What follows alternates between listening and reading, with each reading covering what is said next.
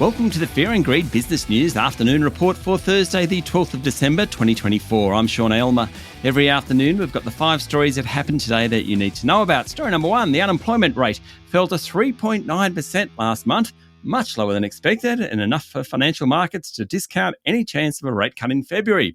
A surge in full-time jobs last month has kept the labour market strong. The result immediately triggered a rise in the Aussie dollar, but a fall in the local share market. By the close, the S&P ASX 200 was down 0.3% to 8,331 points. The banks were mostly flat. The big miners were mixed. Some of the tech stocks did well, including Pro Medicus and Xero, though REA dropped. Story number 2, one country where a rate cut is likely is the United States. That follows a positive inflation reading overnight. The US CPI rose by 0.3% in November and 2.7% for the year, and markets have now priced in a 95% chance of a 25 basis point cut next week when the Federal Reserve meets.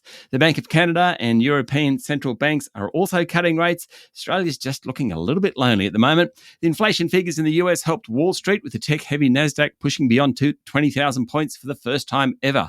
The Nasdaq has almost doubled over the past 2 years as the Magnificent Seven tech stocks, Apple, Nvidia, Microsoft, Alphabet, Amazon, Tesla, and Meta, have pushed Wall Street higher and higher. The single biggest question for investors on Wall Street: can the Magnificent Seven keep running? Story number 3, Childcare is set to be front and centre in the upcoming federal election campaign after the coalition today said it won't support government plans to change the rules around accessing financial support. Yesterday, Prime Minister Anthony Albanese said the activity test for childcare payments would be removed. Now, that test requires parents to have a job, to be looking for work, or studying to receive subsidies. The Prime Minister also announced a $1 billion early education fund to help build or expand 160 childcare facilities in what they're calling childcare deserts, places where there's high demand and few facilities.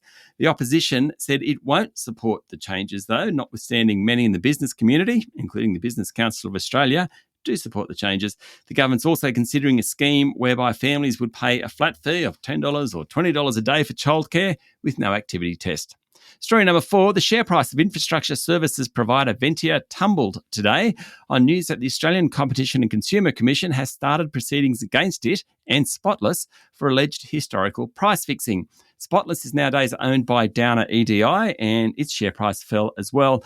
The case relates to a multi-billion-dollar contract with the Federal Defence Department to provide maintenance and operational services to 200 bases around the country. Spotless currently has a $4 billion contract with Defence. Ventia has a $5.8 billion contract. They're both due to expire in mid-2025, according to the Fin Review. The ACCC alleges that executives from the two companies made or tried to make arrangements to fix the prices at which Spotless, Ventia, and a third group, Canadian-owned BGIS, supplied services to Defence between April 2019 and August 2022. ACCC Chair Gina Cascott-Leap said the alleged conduct caused direct harm to taxpayers. Downer has denied the allegations. Ventia said it's reviewing details of the allegations before commenting.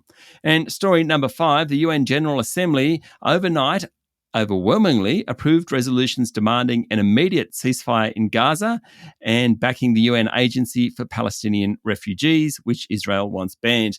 There were 158 votes in favour of both motions, including Australia's votes. Israel and the US were in the small minority, speaking and voting against the resolutions.